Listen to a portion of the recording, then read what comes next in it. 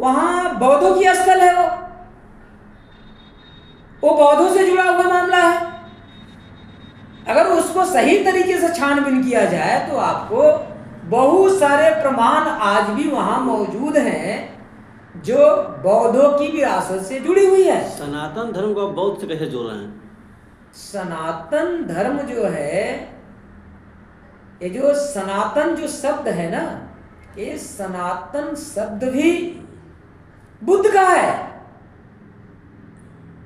सनातन धर्म जो है, सनातन शब्द जो है, ये भी बौद्धों का ही है। ये सनातन इनकी नहीं है।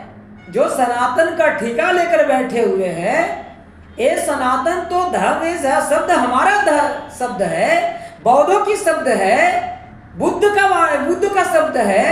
इन लोगों ने चोरी किया है, चोरी करके इसके ऊपर प्रोपगंडा कर रहे हैं।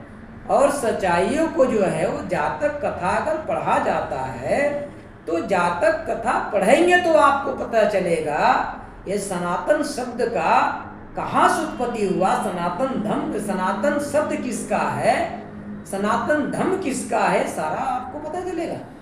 कुंभ का मेला तो सैकड़ों सालों से लगता आ रहा है ना। तो सैकड़ों सालों से लगते आ रहा है महोदय। तो सैकड़ों सालों से कितना प्राचीन बौद्ध धर्म है, सैकड़ों सालों से ज्यादा पुराना है ना। आप अगर सारे वेदों पुराणों ग्रंथों को अध्ययन करेंगे तो उसके पहले से है,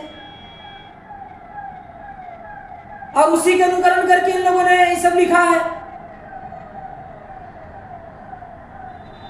तो ये सनातन शब्द जो है ये बौद्धों का है, ये हमारा है। इन लोगों ने गलत तरीके से उसको इंटरप्रिटेशन करने की काम किया है, गलत तरीके से लोगों में प्रोपगंडा करने की काम किया है। इसके ऊपर भी बहुत ज्यादा रिसर्च जारी है, खोजबीन जारी है और जारी हो चुका है। बहुत सारे लोग इसके बारे में तथ्य के साथ में बता रहे हैं। और खासकर आपको मालूम होगा कि एक बहुजन समाज में सबसे बड़े चिंतक, दार्शनिक और अध्ययन करके लोगों के पास तथ्यों के साथ में बताने वाले एक बहुत बड़ा दार्शनिक व्यक्ति है जिनका नाम आदरणीय वामन मेश्राम साहब है। वो तो इसके बारे में कई बार लगातार बता रहे हैं, हिंदू शब्द के बारे में बता रहे हैं, सनातन धर्म के बारे में बता रहे हैं, सनातन शब्द के बारे में बता रहे हैं, जातक कथा के बारे में बता रहे हैं, बौद्धों की परंपराओं के बारे में बता रहे हैं। ऐसे कई इतिहास जो हैं उसके बारे में सारे बता रहे हैं। प्रयागराज को आप बौद्ध धर्म से जोड़ रहे हैं, वहाँ पे आप कुछ प्रमाण मिला है वहाँ पे आपको जगह पे? आज भी अगर वहाँ पर जाया जाए और ठीक से भक्त बनकर नहीं, अगर अनुयायी बनकर वहाँ आप जाइए और जाने के बाद अगर आप देखेंगे तो कुछ इतिहास के पन्नों में हम लोगों ने पढ़ा कि राजा जो हर्षवर्धन हुआ करते थे तो वहाँ पर वहाँ उनसे बहुत बड़ा उनका लगाव रहा है। और जो बौद्ध के समय में जो देशनाएं हुआ करती थी तो बौद्ध की देशनाएं भी वहाँ हुआ है।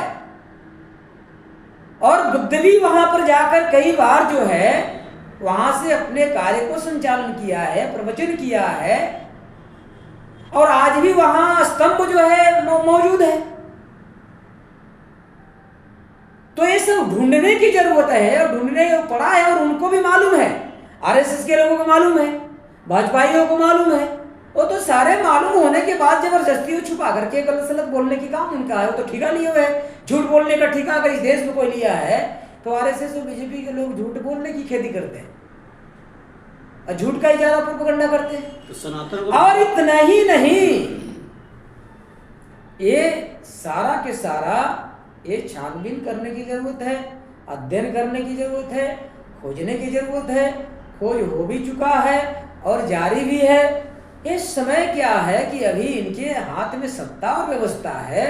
सत्ता और व्यवस्था होने की वजह से ये आम की इमली कहते हैं, इमली की आम कहते हैं। ये इनका जो कहा जाता है ना, कहावत है, देसी कहावत की, अंधों में काना राजा, तो वही बने हुए हैं, अंधों में काना राजा। ये सबके अंधा समझ कर अपने काना राजा बन के बैठा हुआ है, ऐसा प्रतीत हो रहा है। तो आने वाले समय में इसके ऊपर बहुत ज़्यादा छानबीन करने की जरूरत है। और इतना ही नहीं, ये धर्म के नाम पर जो कुंभ में सरकार ने जो पैसे को जो बंदरबाट